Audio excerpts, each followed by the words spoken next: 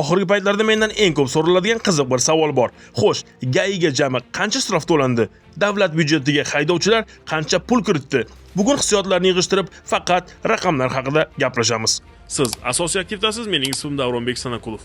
Qani unda boshladik. Tushumlar o'sdi. Tushumlar hajmining keskin oshishiga qoidabuzarlar ko'paygani emas, balki ba'zi hisoblash miqdori oshishi ham sabab bo'ldi. Oddiy matematika jarima stavkalari o'zgarmasa ham BXM indeksi oshgani sayin har bir protokoldan keladigan tushum avtomatik ravishda qimmatlashib bordi. Bu byudjet uchun kafolatlangan o'sish mexanizmidir. Xo'sh, eng katta pul oqimi qayerdan kelmoqda? Moliya tili bilan aytganda tizimdagi eng yuqori marjali aktivlar bu tezlikni oshirish va svetoforning qizil chirog'idir. Sababi oddiy, mutaxassis uxlashi, charchashi mumkin, lekin kameralar 24 soat tinimsiz ishlaydi. Inson omilsiz undirilgan jarimalar eng barqaror moliyaviy tushum manbaiga aylanib ulgurdi. Lekin bir qiziq paradoks bor. Iqtisodiyotdagi Pareto qonuni bu yerda ham ishladi. O'zbekistonda 1.250.000 nafar intizomli haydovchi bor. Ular byudjetga 1 so'm ham to'lamagan, qoida buzmagan. Ammo atiga 38.000 nafar surunkali qoidabuzar, yiliga 10 tadan ko'p buzganlar nafaqat yo'llardagi xavfning 46%ni, balki jarima tushumlarining ham katta qismini ta'minlab bermoqda. Va nihoyat eng asosiy raqam 2024-yil yakunlariga ko'ra